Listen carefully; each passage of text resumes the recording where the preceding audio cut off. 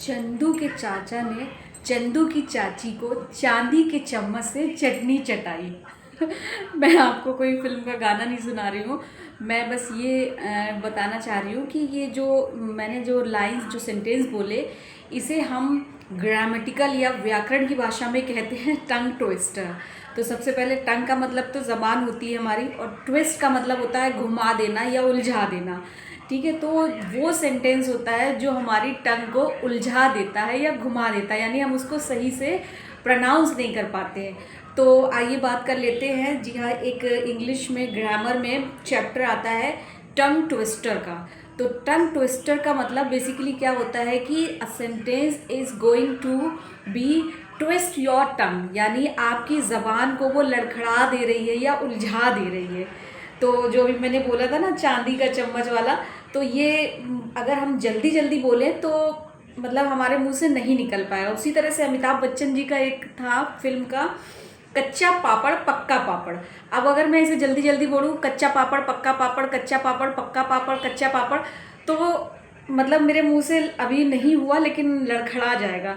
तो देखिए ये हम क्यों पढ़ाया जाता है इंग्लिश ग्रामर में, बेसिकली मेन अगर हम बात करें तो ये पढ़ाया इसलिए जाता है कि आपका जो प्रोनंसिएशन है इट शुड बी स्ट्रॉन्ग, यानी आपके जो प्रोनाउंस की जो कैपेसिटी है, आपके ज़बान की जो वो है वो आपकी अच्छी हो जाए। और दूसरी चीज़ क्या है कि ये प्रैक्टिसिंग है लैंग्वेज, किसी भाषा को बोलने की या समझने की, मुंह से बार बार दोहराने की प्रैक्टिस होती है।